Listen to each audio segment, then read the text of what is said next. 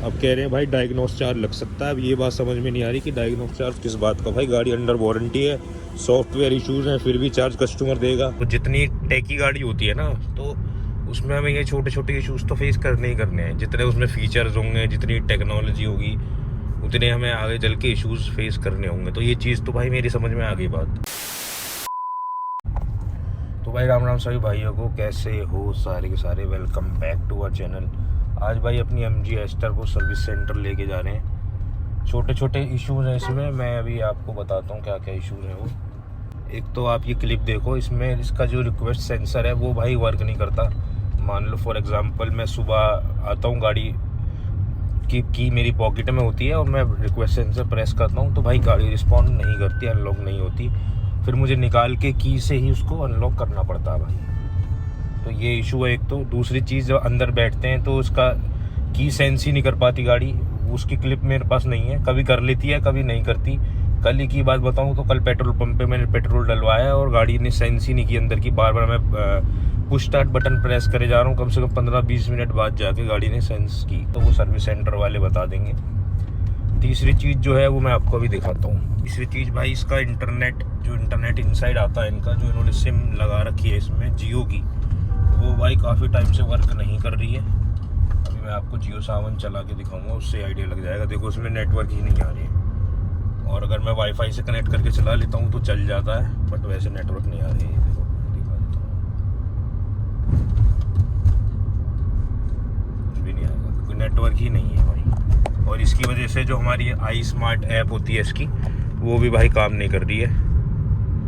तो ये छोटे छोटे इश्यूज हैं भाई। देखो जितनी टेकी गाड़ी होती है ना, तो उसमें हमें ये छोटे छोटे इश्यूज तो फेस करने ही करने हैं। जितने उसमें फीचर्स होंगे, जितनी टेक्नोलॉजी होगी, उतने हमें आगे चल के इश्यूज फेस करने होंगे। तो ये चीज़ तो भाई मेरी समझ में आ गई बात।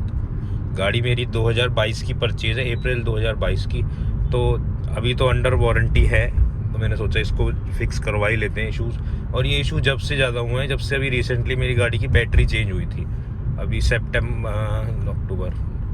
नवंबर में इसकी बैटरी चेंज हुई थी, बैटरी ख़राब हो गई थी। तब से मुझे ये ज़्यादा इश्यूज फेस करने को मिल रहे हैं भाई। आई स्मार्ट ऐप नहीं चल रही, इसका इंटरनेट नहीं चल रहा, कभी की डिटेक्ट नहीं होती इसकी। तो छोटे छोटे इश्यूज हैं। तो सर्विस सेंटर चलते हैं। मैं रहता हूँ गाजियाबाद में, तो हमारे यहाँ पे मोटा में इनका मेरठ रोड सर्विस सेंटर है। वहाँ पे चल के आपको दिखाते हैं क्या क्या इसमें, कैसे वो लोग बताते हैं, क्या बताएंगे, क्या फिक्स करेंगे और कैसा एक्सपीरियंस रहता है। नोएडा वाले का सर्विस सेंटर का एक्सपीरियंस मेरा लिटरली बहुत ख़राब रहा था, जिसके ऊपर मैंने वीडियो भी बनाई हुई है भाई। उन्होंने मेरी गाड़ी भी ठोक दी थी और अब तक भी वो आए नहीं है घर पे सही करने, जबकि उनका कॉल आया था कि हम विज़िट करेंगे और आपके घर पे ही जो होगा वो करवा देंगे, और अब तक नहीं आए हैं वो। तो आप अंदाज़ा लगा लो भाई कितना गंदा एक्सपीरियंस है MG जैसे ब्रांड का, जो नंबर 1 मानी जाती है सर्विसिंग में। बाकी गाड़ी की बात नहीं कर रहा मैं, सर्विसिंग में नंबर 1 मानी जाती है। तो इनका ये एक्सपीरियंस है कस्टमर का, तो मेरे हिसाब से तो भाई बेकार है। इसका देखते हैं, क्योंकि पिछली सर्विसिंग का एक्सपीरियंस मेरा यहाँ पे तो अच्छा रहा है। अब थोड़ा इश्यूज़ हैं, तो ये क्या फिक्स कर पाते हैं नहीं कर पाते हैं वो हम जानेंगे इस वीडियो में। तो मैं सर्विस सेंटर पहुँच के फिर आपसे बात करता हूँ भाई।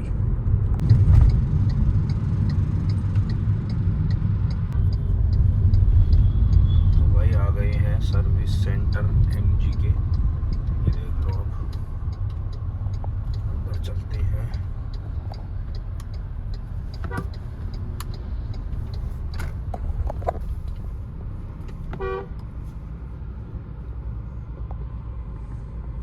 पहले मैंने नई गाड़ी ली थी, सर्विस सेंटर खाली रहता था भाई। अब इतनी भीड़ है इनके पास, विंडसर भी आ गई, कॉमेट भी आ गई।